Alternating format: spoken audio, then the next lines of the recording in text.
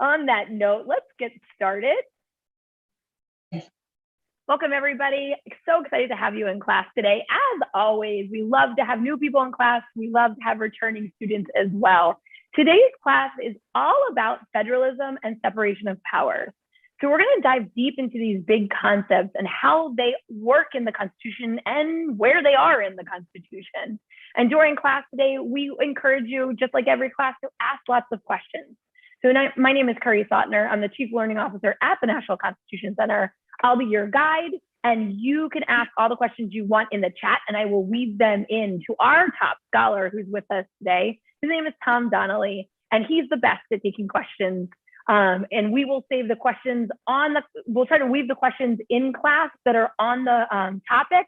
And if we don't get to them, don't worry, we can hang out after class and answer all your other random constitutional questions that we also love. So, Tom, you want to kick us all off and say hi to everybody? Sure. Hi, everyone. Thanks so much for being here. Awesome. Okay, so Tom, we have a heavy lift. We've got some big concepts on the table today.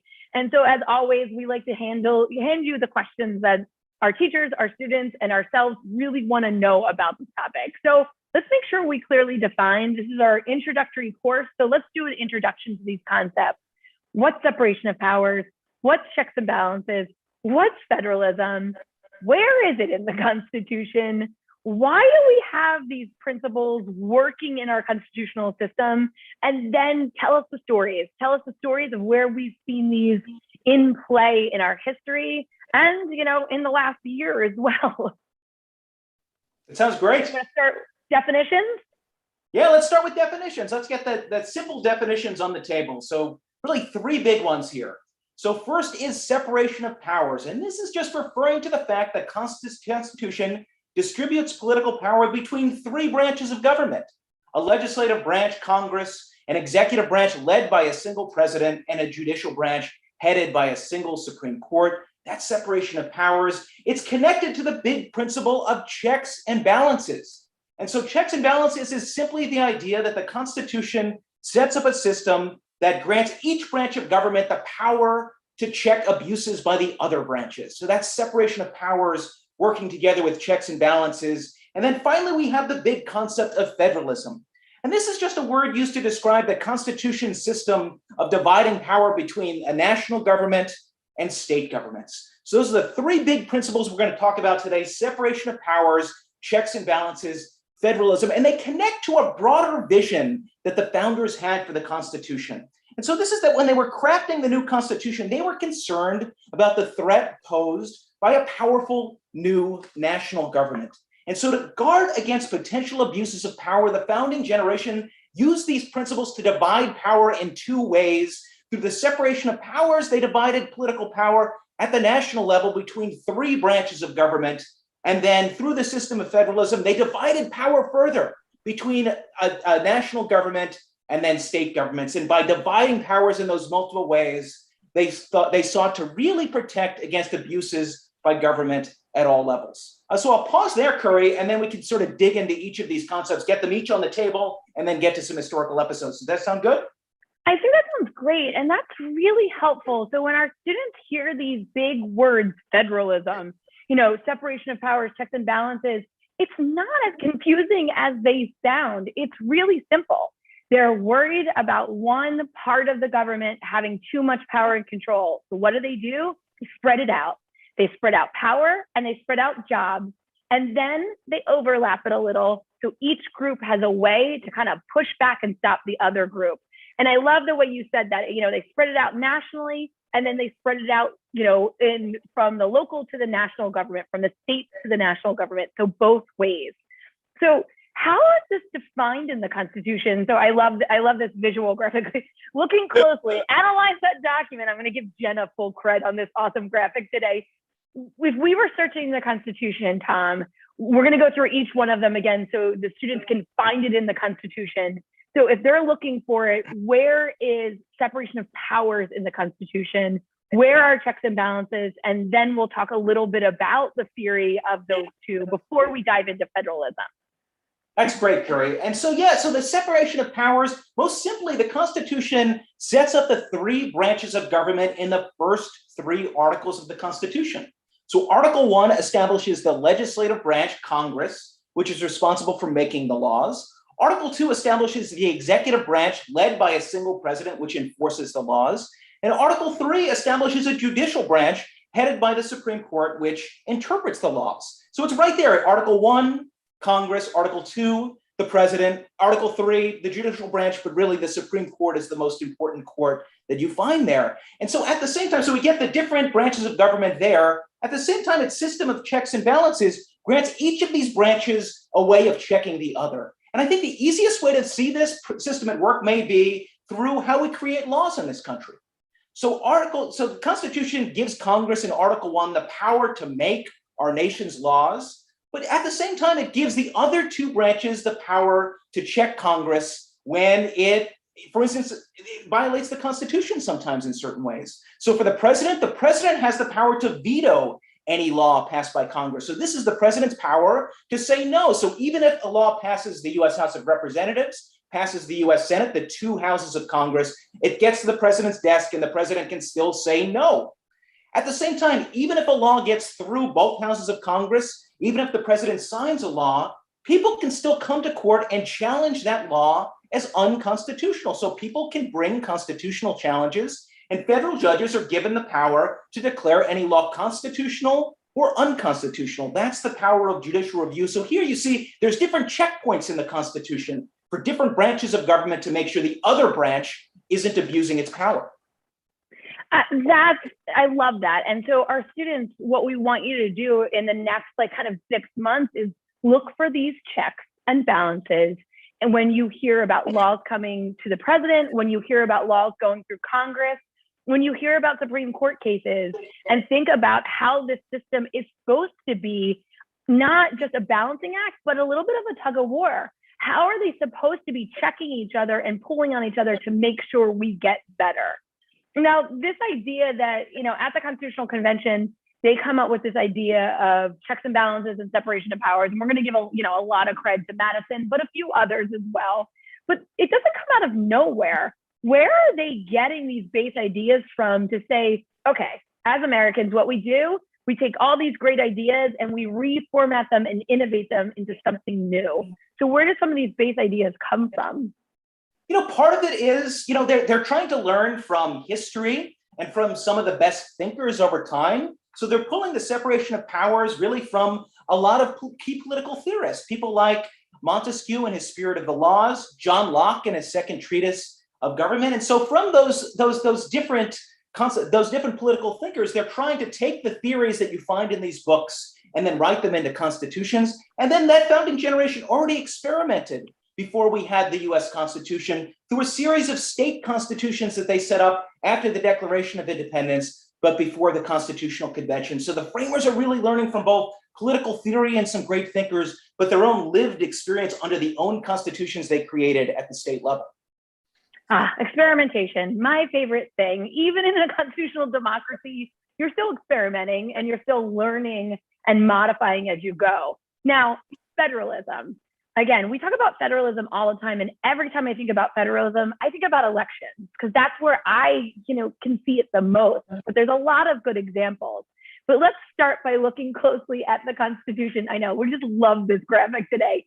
Analyzing, examining the words in the Constitution, and federalism is what I jokingly refer to as ragu. It's in there. It's all over the Constitution. So can you kind of show us where it is in the Constitution? Yeah, absolutely. So the word federalism is not in the Constitution. There's no clear federalism clause that you can point to. But as you can see with this slide Curry just put up on the screen, it's everywhere.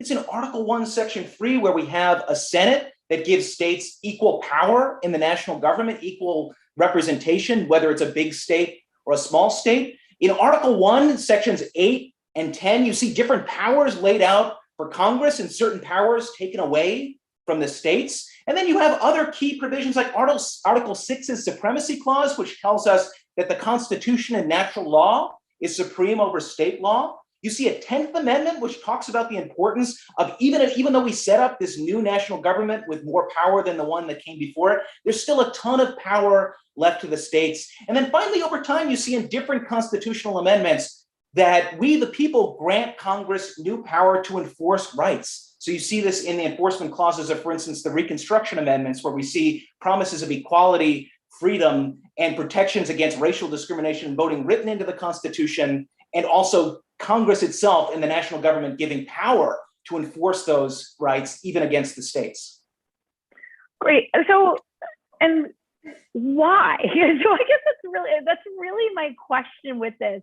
When we think about federalism, we think about, again, I understand the concept with separation of powers on the national level. You're worried about that national government. You're worried about them having too much power when you're writing the Constitution in 1787. So you separate the powers across the different branches.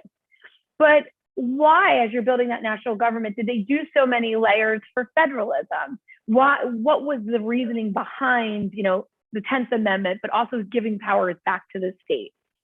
Yeah, so for the founding generation, federalism in part was, like you said, about limiting the powers of the national government, but it was also making sure that there was a lot of power at the governments that the founding generation thought were closest to the people, those state governments, the local governments. And because of that, they really thought, we're creating a stronger national government, but we don't want all power to reside there.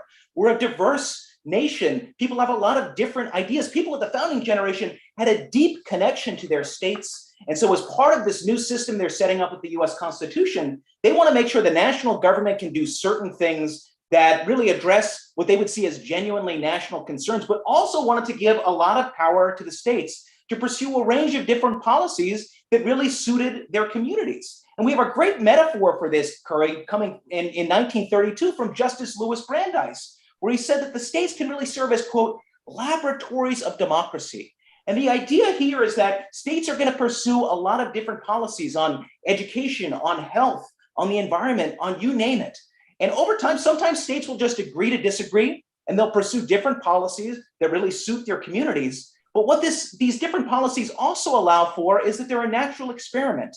We can see different ideas and how they work, how they don't work. States at different times can be bold, and we can learn from their experiments. And if their experiments really work, if a policy really turns out to work well, it can then sweep the nation like wildfire. Maybe one of the best concrete examples of this, and it's not an obvious one, is women's suffrage, women's right to vote. This is something that started not at the national level, but it started in Western states who were being formed, later in American history. And a lot of people thought, maybe it's a bad idea to give women the right to vote. Maybe they don't want to vote. Maybe they'll make bad decisions. But we experimented first out west, and then the women's right to vote expanded further and further east until it hit even big states like Michigan and New York. So even before we have the 19th Amendment, which bans sex discrimination in voting, we have many, many states already allowing women the right to vote. And this is where we just learned from that experience in the states and then wrote it into our Constitution with the 19th Amendment. So ideas can bubble up.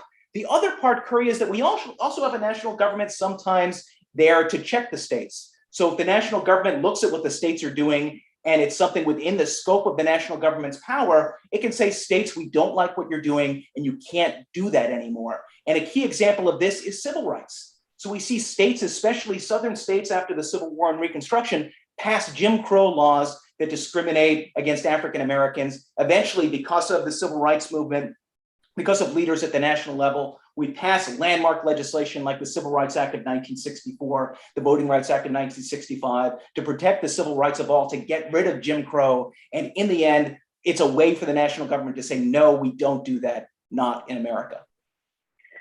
And that's wonderful. I love that, because the Hester class had a question around, would all these layers, all this separation between the national government and the local government, would this actually separate the people too much? So going back to why there's layers is that it gives the power back to the states and back to the people to bubble up good ideas.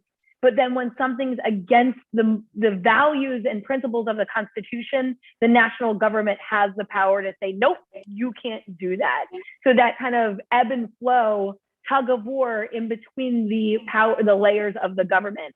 So Tom, before we dive into how these have been tested, I'm gonna make you do one more time, just walk us through, and all of our students who are here today, one of the three big ideas, the three big principles that we're looking at today. One is federalism. So again, define for us what federalism is, and then we'll do separation of powers and checks and balances, just kind of as a circling back to make sure all of our students heard it and could understand the definition.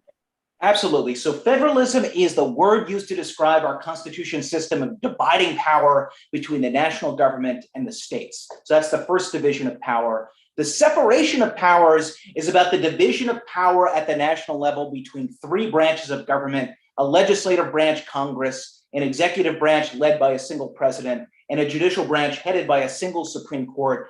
And then the principle of checks and balances is the idea that the Constitution also builds in checks that allows each of those branches of government at the national level powers to check the abuses of the other branches. The big vision here again is that the founding generation was concerned about governments abusing power, especially the new national government abusing power. And so it divided power both at the national level between three branches of government, but also power between the national government and the states.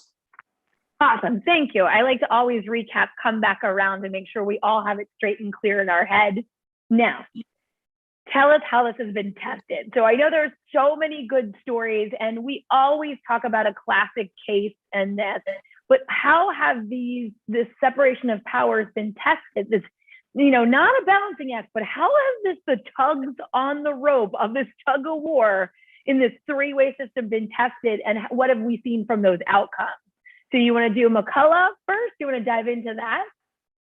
Sure, yes. So this is the story of the big constitutional debate at the beginning of American history. And this is the battle over the constitutionality of a national bank. And so McCulloch v. Maryland is a decision by the Marshall Court. So this is the Supreme Court that's led by Chief Justice Marshall. In many ways, it's the most famous court period in all of American history. And McCulloch v. Maryland is, in many ways, its most important Supreme Court decision during this period. Ultimately, it said that, yes, Congress has the power to establish a national bank, but it really spoke more broadly about the powers of the national government and how much power goes to the national government, how much power goes to the states. So it's in that sense a federalism story. But it begins even a little earlier than that, Curry, because the debates start in the Washington administration.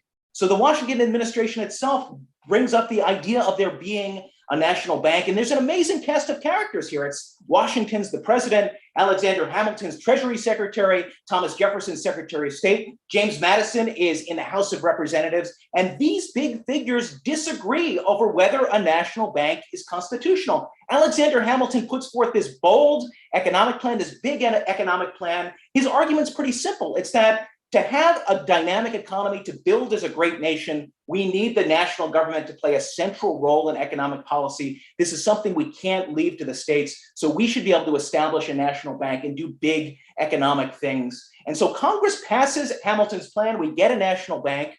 And then this is a part of the separation of powers and checks and balances story, Carrie, is once Congress passes that bill, it ends up on George Washington's desk.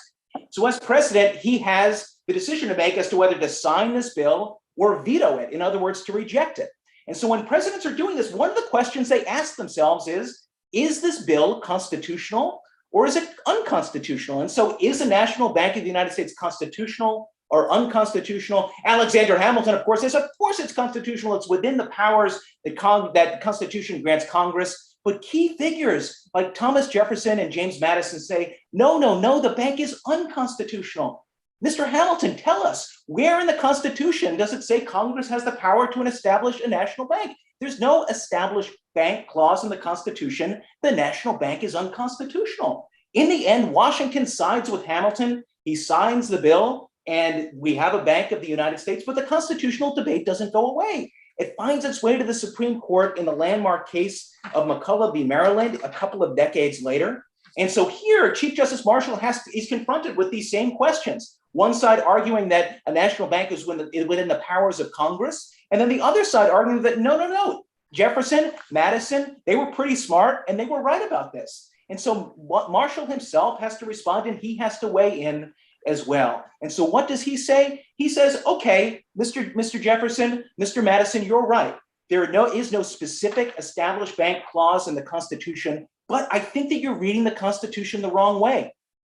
That if you read the Constitution, you can see that there are many powers granted to Congress that are related or really useful, or sort of can really be carried out by a national bank. Things are written in there like the power to tax, the power to regulate interstate commerce, the power to borrow money, the power to declare and conduct war. All of these things are really important things that we need the national government to do for the economy to grow, for the nation to grow. And a bank can really help Congress carry out all of these responsibilities. Finally, the Constitution has something called the necessary and proper clause, which says that Congress also has the power to make all laws which shall be necessary and proper for carrying into execution the foregoing powers. So what Marshall says effectively is, no, there's no established bank clause, but when you read all of the powers of Congress in light of the necessary and proper clause, a national bank is constitutional. The final part of this episode, Curry, is, shortly thereafter, Andrew Jackson becomes president and the national bank becomes controversial again. Congress passes a new bill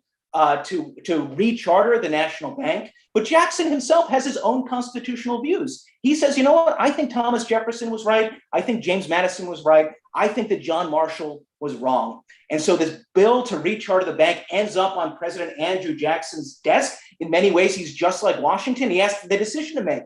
Do I sign this new bill reestablishing the national bank, or do I veto it? Andrew Jackson decides to veto it in the middle of an election year. And in his veto message, where he explains his decision to the American people, he says three big things. He says, one, the Bank of the United States is unconstitutional. James Madison, Thomas Jefferson were right. Congress does not have this power under the Constitution. Two, a national bank, it's not in the interest of the American people. I'm there to represent them. The national bank helps the wealthy and the elite, not the rest of us. So therefore, it's bad as a matter of policy. And finally, he says, John Marshall, Supreme Court, I don't care what you said in McCulloch v. Maryland. I'm the president of the United States. I take my own oath to the Constitution. I have my own powers, and I'm going to veto this bill, and I'm going to advance my own constitutional vision that the bank is unconstitutional. He vetoes the bank bill. There is no Bank of the United States. So Andrew Jackson, in that sense, rejects what Congress does. And then Andrew Jackson goes on to win re-election in 1832. Okay, so many good things there that I want to kind of like unpack. Number one, that the Constitution is written, and very quickly this idea of separation of powers, roles and responsibilities, they're being tested. So it is like a working experiment that Washington's there at first, and then Jackson is there next, as well as Congress, about how does this actually play out? I think it's fascinating that we look at McCulloch v. Maryland and say, the court says, listen, not every word's going to be defined about what these jobs are. How do these ideas fit under the big ideas in the Constitution, like necessary and proper? And then I love the idea of defining that a role and a responsibility of the different branches is to check the Constitution. Is this constitutional? And find that really fascinating. So a question from the Messenger group is, where in the Constitution is the necessary and proper clause directly? What part of the Constitution? Sure, it's in Article 1, Section 8. So that's the part of the Constitution that defines the powers of Congress. So it's at the end of that particular section. Got it. So because the Congress was saying it's a part, or the courts were saying it's a part of Congress's job under the necessary and proper clause. That's where they have power, which I think is always the question that we have in this class. This part of the government, Congress, the courts, or the president, where does the Constitution give them power? Where does it give them limitations? So a great question to ask from the Messenger group. Nice job. Another question on this is, when Jackson vetoed it, what year was that? Just to give a timeline for our students. Sure, that was 1832. So it was a few months before 1832, a few months before a presidential election. So he was running for re-election. Awesome. Great. Okay. So we're kind of like watching the timeline move forward. We have about 6 minutes left. And we have two options to go from here. We can go and dive a little bit deeper into executive orders, kind of like this kind of idea of what is the role of the president and how does the president and other branches check each other, or we can dive into the modern conversation around masking. Tom, I'll let you pick. I'm fickle. I can do both. I think let's do the steel seizure case, and I have a feeling we'll be able to, as a coda, to still get to masking. Awesome. Okay, so let's talk about executive orders, and let's talk about Harry Truman. Sure. So here we're flash forwarding into the 20th century, and this is a debate over presidential power relating to Harry S. Truman and the Korean War. The key battle here is between Congress and the president, and the Supreme Court's weighing in on the relative powers of Congress and of the president. You know, when we're looking at presidential power, or really any of these branches, the question we always have to ask is, you know, in this case, can the president do that? And in the context of presidential power, this is often a question of, is a president's executive order valid? Is it constitutional? And so we often hear in the news this, you know, executive orders, and we often ask, so what are they? What are these things? And really, in a very simple sense, they are just, it's, you know, the Bar Association, the American Bar Association defines it as a, quote, signed, written, and published directive of the president. But it's really just a way for the president to tell other people what to do. So the Constitution sets up the president as the boss of the executive branch, and executive orders are the way in which the president's telling people to do X, Y, and Z. And so, you know, when we're talking about controversies over executive orders, it's, you know, it's not the use of an executive order itself, because the president has the power to direct other people in the executive branch, but it's often an argument that the president's using executive orders to stretch the powers that they have in the Constitution or based on what laws have been passed by Congress. And we see this at play in the landmark case known as Youngstown Sheet and Tube Company versus Sawyer, which is 1952. It's popularly known as the steel seizure case. It takes place during the Korean War. Steel workers want to go on strike, and President Truman responds by arguing that he can seize the steel mills in this country. He says, you know, it's a simple argument. The army needs steel to conduct a war. And so Truman decides on his own, without congressional approval, to seize the steel mills under his own constitutional power as commander in chief of the Army and Navy of the United States. Truman just argues that Article 2 of the Constitution made him commander in chief. Read broadly, this power gives him wide authority to take actions to carry out, to fight and win wars. And if the steel workers go on strike in this case, it's going to undermine our war effort in the Korean War. Therefore, the president has the independent power to step in and seize the steel mills. In other words, the president has the power to step in and keep the steel mills running so steel can continue flowing into the army and the military in the Korean War. So this dispute ends up at the Supreme Court. And the Supreme Court ultimately says, no, Mr. Truman, President Truman, you can't do this. That's unconstitutional. Truman's shocked. He's appointed some of the justices. His ally FDR appointed the others. He thought he was going to win. But the majority of the Supreme Court says no in a 6-3 vote. According to the court, the president's commander-in-chief power didn't give him the power to just seize a steel mill. Instead, he has to go to Congress to ask for this approval. It's a big separation of powers, checks and balances decision. But the most famous opinion in the case was written by Justice Robert Jackson. It's a separate opinion known as a concurrence. So he agrees with the majority, but he has his own way of thinking about the constitutional issues. It's how we still analyze presidential power today. He separates 3 different zones of presidential power. So 3 different situations that require different forms of analysis. The first is when the president acts with congressional approval. So Congress has passed a law saying the president can do something. The president has the maximum authority to act. That's when the president has the most power. When the president acts in the face of congressional disapproval, so when Congress has said no, has not given the president's approval to do something, that's when the president has the least authority to act. Jackson said this is when the president's power is at its, quote, lowest ebb, quite dramatically. And when Congress has neither approved nor disapproved of the president's actions, the president then acts in what he calls a zone of twilight, somewhere between these 2 situations. As to the steel seizure case, what does Jackson say? He says that we are in the zone where the president is acting in the face of congressional disapproval. The president doesn't have an independent power to act on his own. He's wrong on how he's reading Article 2 of the Constitution and the commander-in-chief power. Truman loses. His act is unconstitutional. I always find this case so fascinating because it basically, I love the way Jackson writes this, but he basically says you have to work together. If you're going to do this, you have to get at least another branch to kind of come and support you along the way. And it makes sense. And then they're not working in silos independently. I also think it's interesting that the steelworkers hadn't gone on strike yet. And I wonder if they had gone on strike and it was causing effects, would the outcomes be different?